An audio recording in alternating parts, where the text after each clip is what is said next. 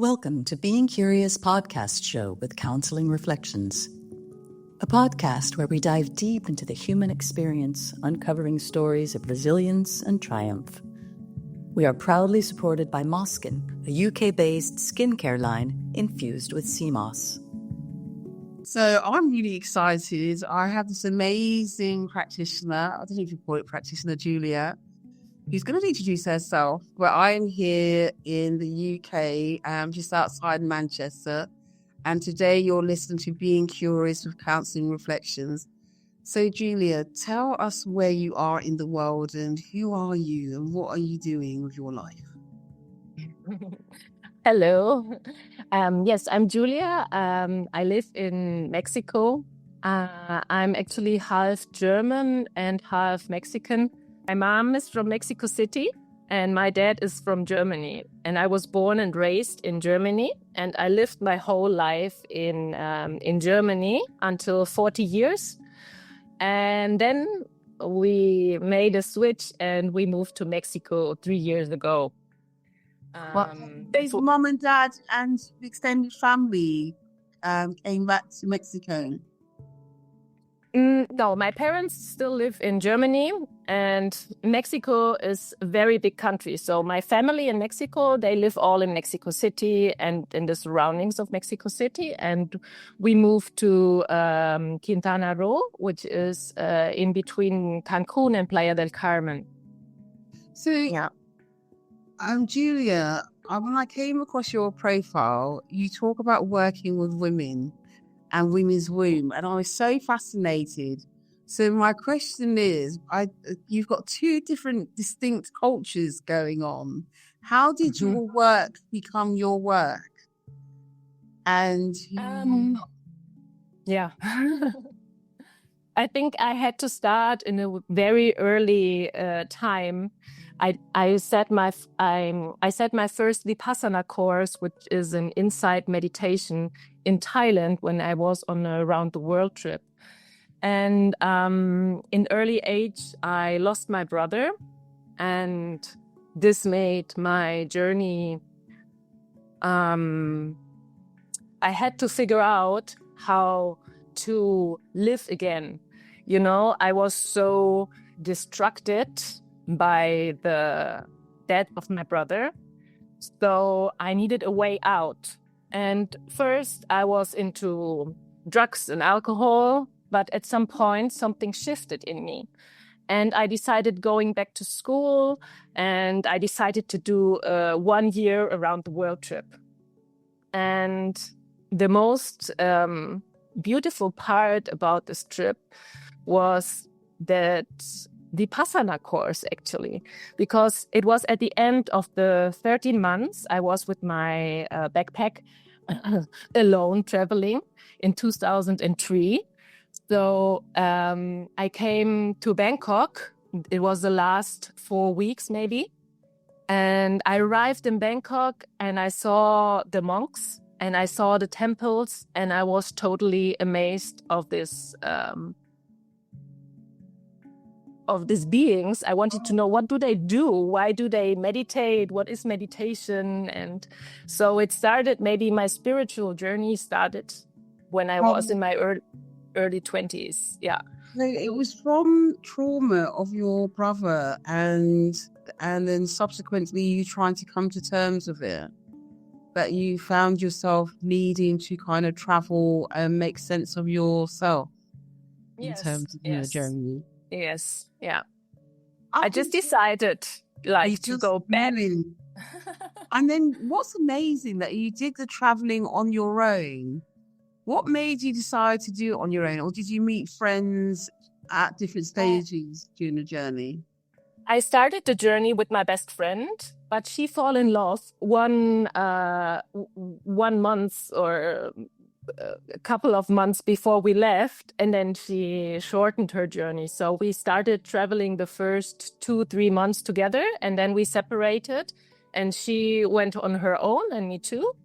But actually traveling alone, you always meet people. So I always met people. I did volunteer in Ecuador. when I did like tours, I met people from Switzerland, from Israel, from all over the world. And I hardly was traveling alone. So I met many people. Yeah. So before your brother passed, was you a spiritual person then? Was that part of your culture at home? No, not at all. I mean, I grew up normally, like, I don't know, I grew up in Germany. I went to kindergarten, to school. I had friends. My brother was 4 years older than me. And yeah, it was like a normal, basic life, no contact to spirituality. I remember as a child, I was praying to God already. Like my family was not really into church or something like religious. Yeah. But I already could feel like the connection to the animals and to something God. Something greater than yourself, that you was kind of that way inclined, but not. Yes. Growing up, it wasn't a household where you went to church or was kind of religious. So on your journey of meeting people, what did you discover yourself, initially before you got to kind of Bangkok? What was the journey initially like? Your best friend kind of left and... I mean, I was 21. I was partying, looking at the sights like the pyramids and going diving. We did our open water and our dive course on Honduras, and it was just about having fun and experiencing the world.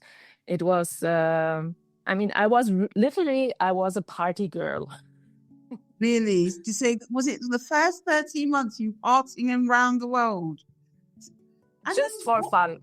Just for fun. Which I think you should do, really, to be quite honest. If I was in my 20s, I probably would have done that. What about the temples and the monks then? Because all of a sudden, you've done all this partying. You've experienced... Yes, I mean, yeah, I was... I had, I think, one book. It was Tao Yoga, which I read from Mantak Chia, and which I found kind of interesting. But and my mom had taken me with 18 years to one yoga class. This was my first yoga class with 18. But it was not that it called me. It was just when I arrived in Bangkok and I saw the monks, it was just like a calling. I could feel like coming home, like I have been there before, maybe. And then it happened that I arrived in my hostel, and in this hostel, there was a young woman, and she told me, I just came back from a Vipassana course. And I'm like, what is a Vipassana course? What do you do there? How do you do it? And what did you experience? And she didn't answer much. She gave me a card, and she said, well, I can't tell you because you have to experience yourself. It's nothing I can tell you. And she gave me this card, and I thought, okay, I will try. I'm a very curious person. I like to discover. I like to know. I like to go. I like to dive deep, It's like I want to know the source of what's going on. And then so you saw these monks, and it connected with you in a very profound way. Yes. What was it? What is it about the practice? I don't know much about the practice. So the practice, it's a meditation. It's an awareness meditation where you sit and walk. And you do this for 10 hours a day without speaking to someone or without looking at someone. You are in complete silence for 10 days and you meditate 10 hours per day. I didn't start with 10 hours. I started with 5 hours maybe. And then once a day, I had a talk to the teacher, Ajahn Supan was his name, or is his name. I think he's still there in Chiang Mai in the north of Thailand. And yes, oh my gosh, powerful. I can imagine it being really powerful. I had a manager years ago. I worked within social services, And one of my managers used to go off to these retreats and not talk. And I always was drawn to the idea, but Julia, I'm very chatty. So I can't even imagine what that would be like to kind of 5 hours of me not talking and working my way up to 10 hours. Yeah, But I can imagine it's a powerful experience.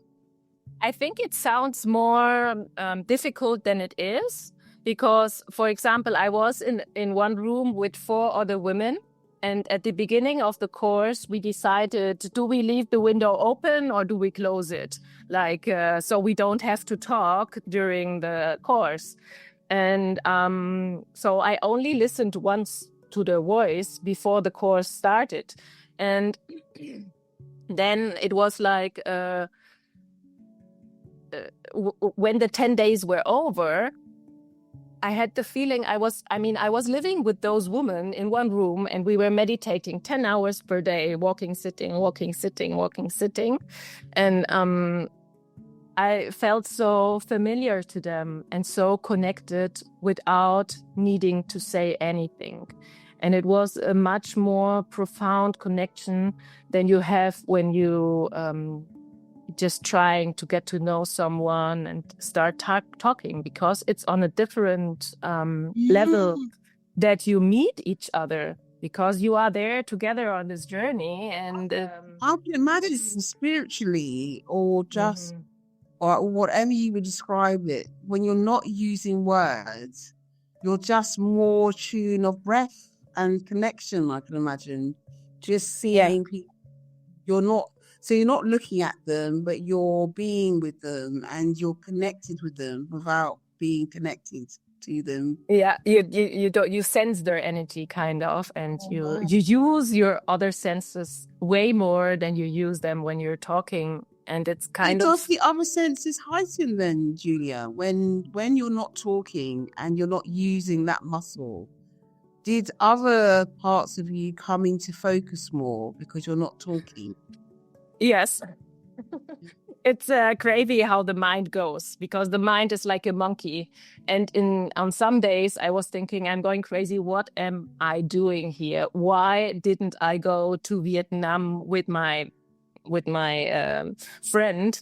And am I crazy? I'm sitting here and walking 10 hours a day and others are having fun. But then on other days, it was like I put my timer 1 hour, and after 10 minutes, I thought, oh my gosh, 1 hour is already, but so the time and space was shifting. 1 hour sometimes felt like 10 minutes because I was so present in my body and in myself. And at one point I experienced like gratefulness all over my body and feeling it in every cell of my body like I have never ever felt it before. Like I could feel the energy vibrating of gratefulness and gratitude, and tears were running down my cheeks. And it was kind of a knowing, an inner knowing of, okay, I know why I am here now, and it's good. There were no questions anymore, kind of. Yeah. Hey, Julia, did you have that gratefulness at the beginning? Because I can imagine that before you come into that kind of space, I can imagine that the brain is quite chatty, and so lots of material would come up to the surface initially. Did you find gratitude towards the end of your practice, or? Yes. Towards the middle of the course, maybe. Towards the middle of the course. Yeah. At the beginning, it was more like a lot of the thing with the insight meditation. I feel it's very powerful, but because when you sense your mind is walking around and worrying or distracted or thinking about random things, then you immediately go back and you label it like worrying, like a worry, or fear, or distracted, and you come back immediately to your breath. So your mind doesn't have, you're very focused the whole time to get back your mind into into the present moment, into the here and now. I would say Vipassana is a here and now meditation. So yeah, it's this was very when you were on your journey, you said, okay, I found where I am or where I need to be. Did you know then it would be around the womb and femininity or women's work or champion, or has that come with time? No, it came with time. I was walking in the temple. I had a break and I was thinking, okay, when I come back to Germany, I was 22 by then. I started traveling with 21. I was 22. I thought, okay, I wanted to study social work. I was already registered at the university, and I was walking through the temple and I thought, why don't I become a yoga teacher and a massage therapist when I come back? They registered on to do a social work course, but then decided this is where your pathway changed, and you went into yoga and a massage therapist. What was that like? Did you do that away from Germany, or was you able to do the training in Germany? I did the training in Germany, and I had a yoga teacher who, after my yoga teacher training, I only had a 4-week yoga teacher training, and my yoga teacher, who was very experienced, he told me like, I'm going to India in 1 month, and I want you to teach my yoga classes, like 4 yoga classes per week. And there were people that were practicing since 10 years yoga. And I was like, sorry, but no, I can't do that because I only have a 4-week training and I'm not good enough, kind of, you know? And he said, yes, you are. Tell me when you're ready, and then you can teach your first class, and I will participate. Yeah. So your yoga teacher saw something in either your innate ability or your training that he felt, actually, you've got this. I don't need to do any more with you. Yes. So he pushed me into the cold water, I would say. Yeah. Did you need to push, do you think? Would you have done it anyway, but maybe a bit later? No, maybe a bit later, but I'm very grateful for him that he did it, because I didn't feel ready, and I would have hide behind excuses and no, I'm not good enough, I'm not ready enough, and but he challenged something in me. He challenged, like, you can do it, and I believe in you, and tell me when you're ready. And a few days later, maybe I called him and I told him, okay, I'm going to do it. And I started teaching while he was there still, and he like attended my first yoga classes and gave me feedback, and yeah, it was kind of developed practice. For those of us who would like to do yoga, not do yoga, I love yoga, but I'm not being good at doing it in terms of practice.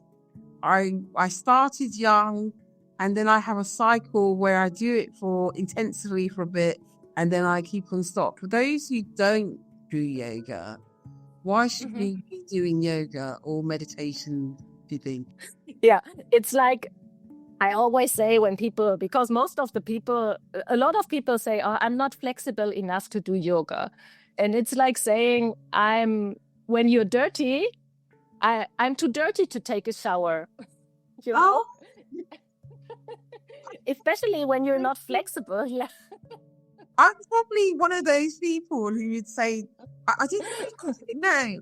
I had a beautiful experience when I was young, going to there is a Shakers place it's called Jordan, where Shakers are, and I had a really wonderful, profound experience, just being really connected with my body. But I got a bit scared because I felt like I had left my body and I could see myself.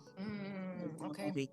So during yoga, it was a yoga session, kind of relaxation part of that session. And I really loved the experience, but I was very scared. So I think I've always had this bit, I don't know, not quite sure, but I do know that I enjoy when I do the practice, I enjoy it.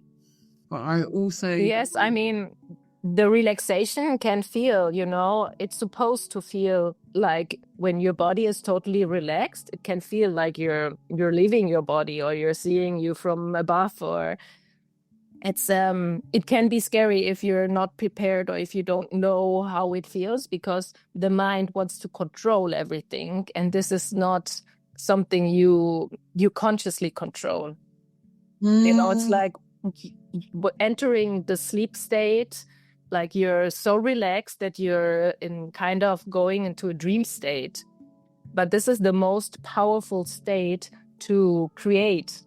When you're totally relaxed, you can manifest everything.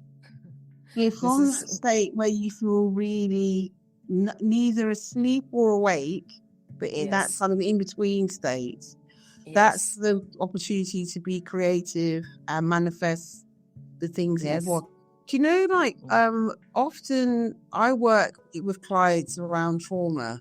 And so over the years, yoga has been the thing that people talked about in terms of, working through material, because the head has been dislocated and the body is being separated from the head. Yes, very good to be the one that's supposed to connect it. How do you work with people who've experienced kind of the trauma or just difficulty or health issues when doing yoga? Well, one thing is the physical part, and it's the connecting with the breathing, and it always depends on who is sitting with me, or if it's a group or it's one person. I've worked with clients who had traumas also. Then it was more like a one-on-one session where we did like inner child work, connecting to the parts that were like disconnected from the self, with the breathing, with the body sensations. And over the body sensation, sometimes we go back to the issue or to the cause, to the root, let's say. And when we kind of work through, we feel the emotions and the feelings that were like disconnected from the person or from the client, and we integrate it back. Is there a way of working particularly with women? Because your work is kind of working with women, and I assume like the trauma that they might experience or the experience around the womb. How do you work that way? For example, I was doing hypnobirthing classes, and one woman, she was saying 4 weeks before due date, she told me she couldn't breathe properly. She couldn't like breathe really, and we were going like through her body sensations back. And then she suddenly told me with her closed eyes and tears running down her cheeks that her stepdad was like, how do you say? Strangling? Yes, yeah, when she was a child. And she never had thought about it. And this all came up, and we like worked through it, through the emotions, and connected her self-trust and her we took her inner child back to her. We pulled the inner child back out of the situation and integrated it back to her, so she took care of her, and we kind of changed it. And she so it's very distinct, I feel. But I do like womb meditations where we dive.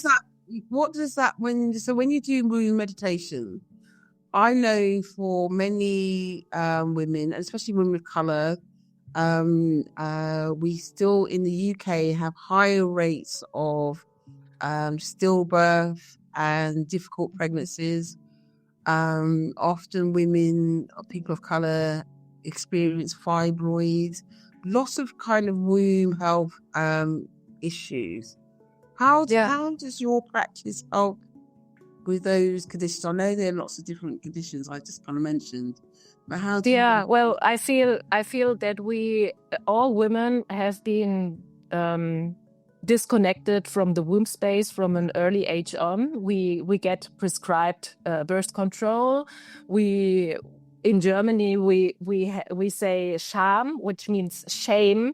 We call our our intimate space sham space, which means shameful space. You know, it's Wow. like. Also we say to the venous lips, to the labias, they say we say Schamlippen, which means lips of shame. Lips It's of shame. yes. Yeah. So how can we? And then another thing is that in the US they take out wombs, vasectomy they call it, 600,000 per year. So they take out the organ, and in many times it's not really necessary, and you could heal with yoni steams, with yoni egg practice, with womb meditation. There are many things you can do to connect back to your womb space. It's interesting that you're saying that, because I feel very activated, because I know that for some women who've experienced hysterectomy, or if they've had fibroids, that was the offer, was that, remove your womb. Yes. Or women start their journey of talking to the gynecologist literally from really early on, are living with chronic pain and don't do anything until quite later on, because there's a belief that this is how we're supposed to be, where you're saying no. No. Yeah.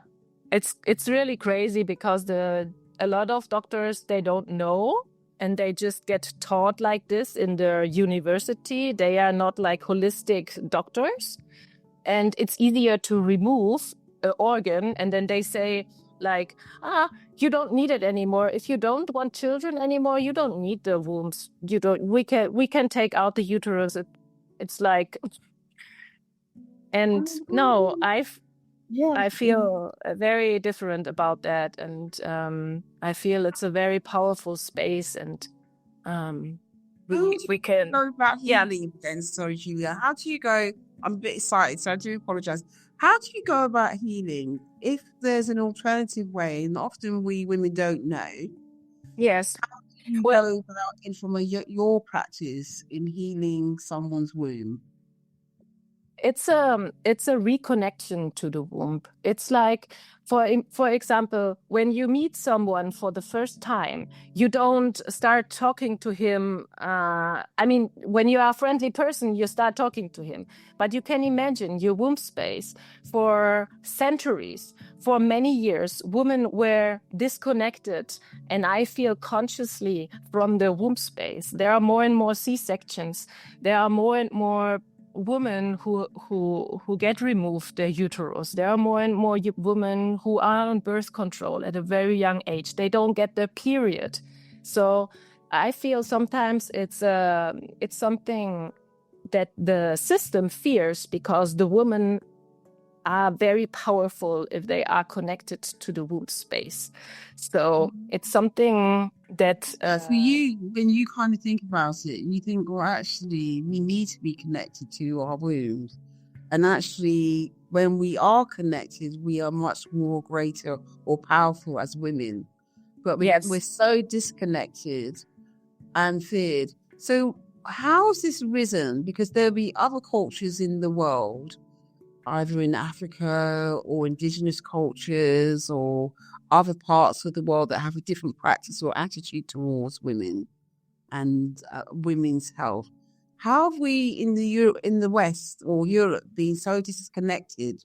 Why has a medical model kind of not taken into account women's strength or women's own ability to heal themselves, do you think?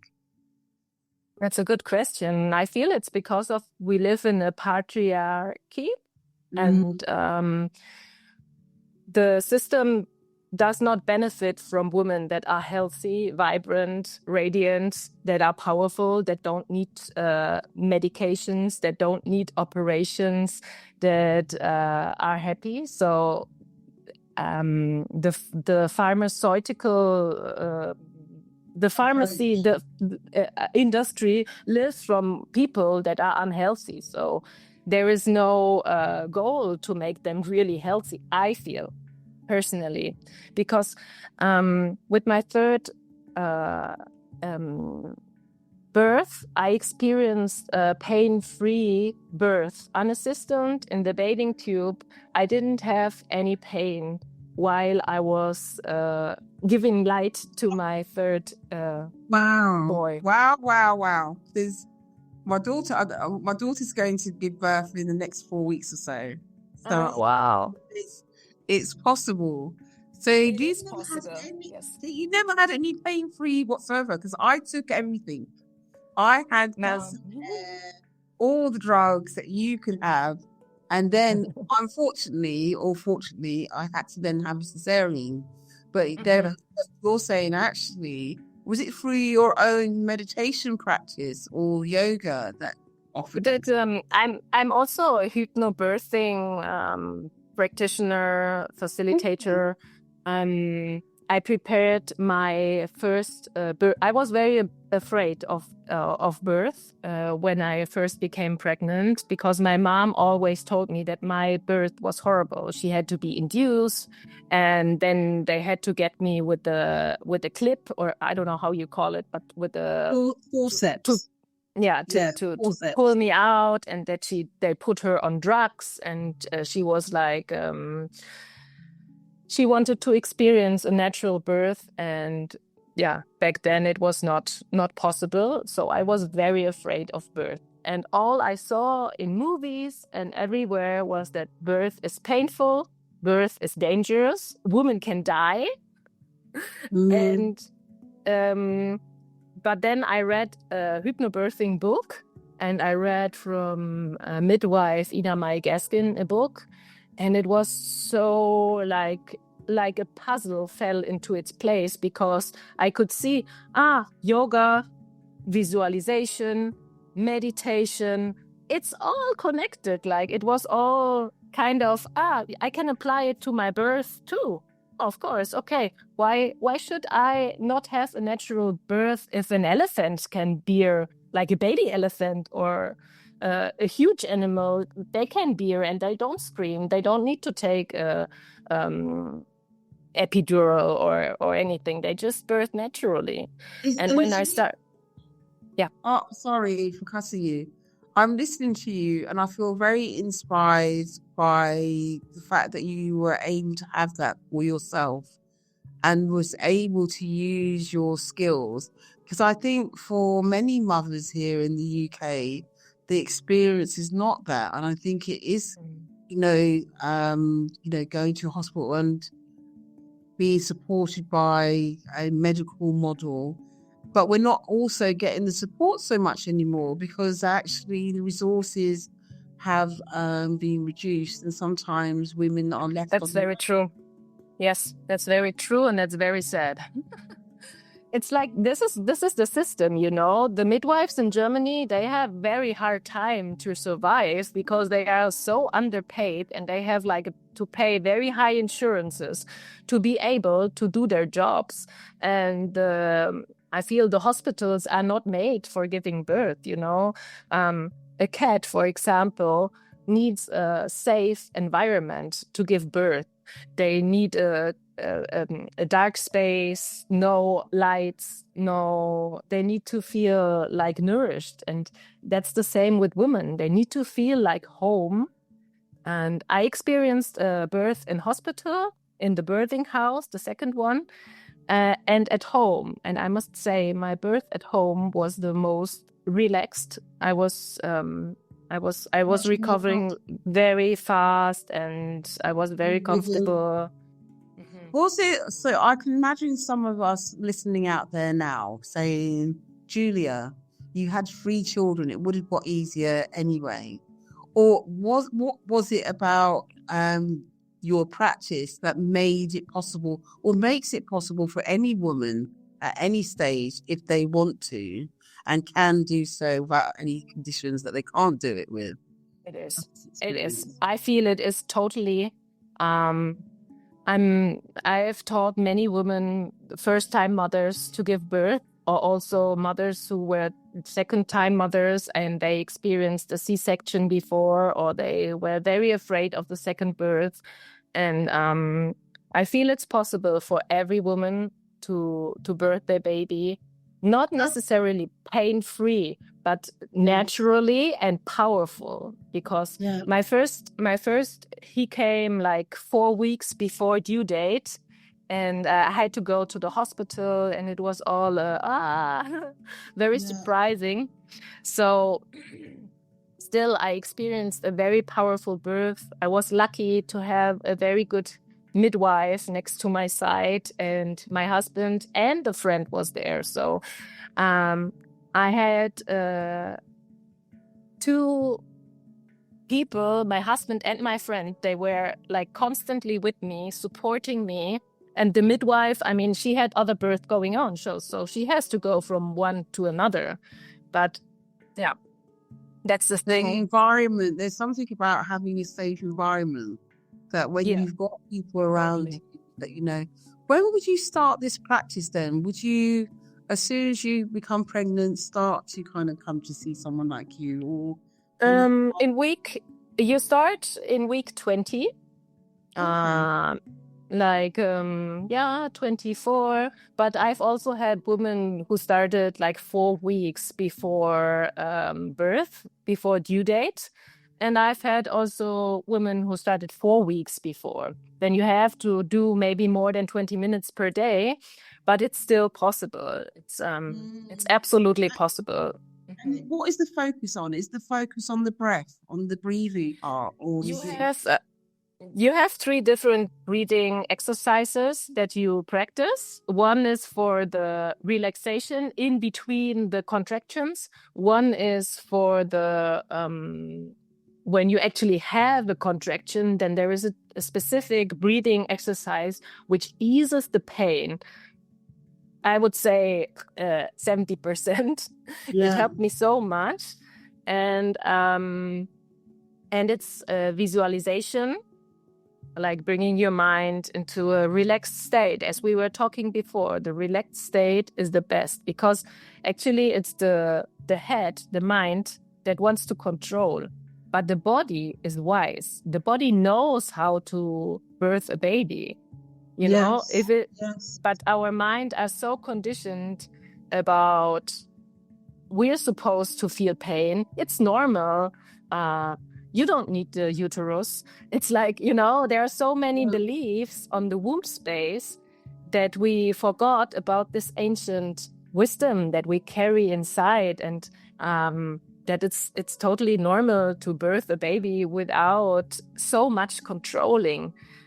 It's interesting you saying that, because I think when you step in, I think probably is in the kind of the science, as science became more sophisticated, so the spaces became much more clinical. But I think you're right. People have given birth for centuries, millenniums, haven't they? And these children and these births are a product of our own ancestry within it. It's about women who can't give birth for medical reasons. I've met more increasingly in my practice, more women who are struggling to conceive. Some of it might be to do with scarring. Some of it is unexplained. Some of it that they can't carry babies to full term with assistance from kind of gynecological approaches. How can your practice of healing help those women? There are special fertility massages. I also had trouble conceiving my first child, actually, and the doctors told me I have PCOS, polycystic ovarian syndrome, and I was a long time on birth control since age 14 and 15 until 21 or 22, and then I I took it off and I didn't get my period back. Then they said, yeah, go back on birth control. And so it didn't feel right, but I did until 28 maybe, when my wish to becoming a mother arose, like with 28 more or less. And then I started to use spagurics, fertility massages. I changed my diet. I used like detoxing herbal teas, and started connecting to my womb space, like talking to. You did quite a few things there. You did detoxation, you did meditation and massaging. What are on your womb to just kind of massage the womb. I had a practitioner. She once a week I went with her, and she did this womb massage or fertility massage with me, with my body. And later on, I also learned how to do it, because I also experienced that there are a lot of women trying to conceive and they can't conceive. So I learned how to do it also. Yeah. What do you think stops in this society where I think the rates are really quite high amongst white women and black women in the UK? The rates of infertility, some of it they say is unexplained. Some of it they say, okay, women are leaving fertility too late, due to not necessarily that they're due to kind of their career, but maybe they just haven't found the right partner, or is the lifestyle around them. So in your point of view as a practitioner, changing your diets and changing your approach to getting ready for parenthood was important, do you think? Yes. Yeah. I mean, it's many layers, and for each woman it can be different. But as I said, we are living in a culture where we have a lot of stress, and the stress levels make that our cycle is not balanced. Then we are disconnected from our womb space. We are disconnected from our breath, from our body, and from slow living, I would say. So slow living meaning not moving our bodies so much, or not being connected, or slow living means more like being present with what I do right now and not feeling the need. Like the kids today, they all have, like, on Monday they have guitar classes, on Tuesday they have sport, on Wednesday they have schach.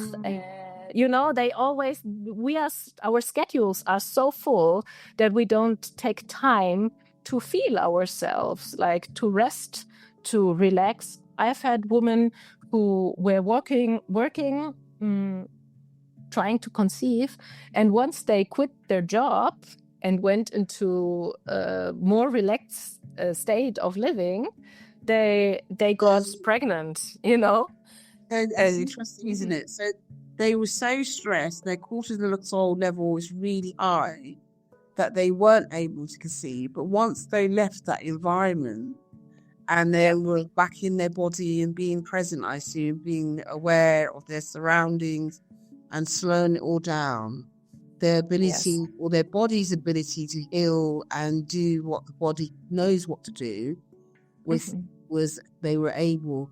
How much do you think moving away from Germany and being in Mexico helps? Because I wonder if it's not easier to do these things in a warmer climate. Climate, environment got nothing to do with it. I feel the people here in Mexico, they are more, the whole culture, they are like, mañana, mañana. Sometimes it's a bit annoying, because when you have a European mind, you're thinking, not mañana, today. So, but yes, they are more grounded, I feel, and they are more living outside, more connected to nature, more connected to life, to the ocean, to the mountains. And it all has its pros and cons, because there are also many poor people here, and a lot of people that are have obesity. Do you say it like this? Like they are too obesity. obese, and they consume a lot of Coca-Cola. There's a lot of unawareness too here. It's not just, but in general, I would say they are more happy, kind of. They are more living. They have siestas, and they are more like... they're more alive within their environment. They might not be necessarily connected to their bodies. But no, that's what I'm saying. How can we do this practice online? Do you see people in person, or do you do it online? Yes, I do one-on-one coachings via Zoom, and I want to create a womb awakening, or I am creating a womb awakening yoni course where you learn how to connect to your womb space, which practices help to balance your hormones, how to open your hips and how to move. Yes.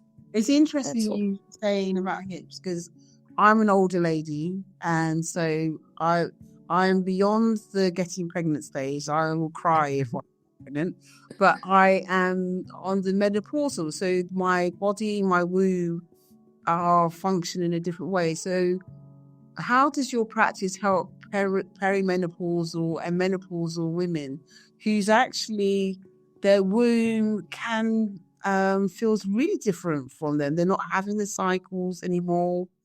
We might not be in such our bodies in the way that we were before because we don't have a cycle. Yes. We don't. I'm 40. I'm turning 43, so I'm also getting into the perimenopause. I don't have like kind of symptoms yet, but I feel that we still can live in a cycling way, because we live with the cycle of the moon, and there is the waxing moon, the full moon. There are always, we can go over to an intentional living and to start connecting more with our inner wisdom. I feel it's like a transition that we go through. And also here are many belief systems like menopause, your life is over. That's Well, I think that was the message, wasn't it? I think when I looked at my aunties, the next generation or two above me, it felt like that was it. Life is over, and and our bodies don't feel or operate in the same. But I wonder, like with your practice in yoga and awareness and breath. That's true. We change, and I feel sometimes our whole life is a transition from coming above the sky to an earthly being born into a world from the womb space, and then growing, getting our first period. There are many, many, many transitions, and then we get to the stage of menopause or perimenopause, and it's also a transition that we take, but we can take it with grace. We can start connecting to this power from within, just because I recently read something where someone was talking about that it's a protection also, that not many mammals, I don't remember, don't get into into menopause. Like we are like. Have you heard this? I've heard some research. Is it Japanese women don't have symptoms because of their diets and the way that they live their lives? They don't have the hot flushes in the way that possibly we might do within the West.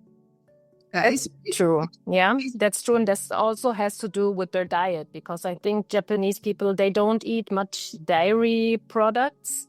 And it depends on the living we do, right?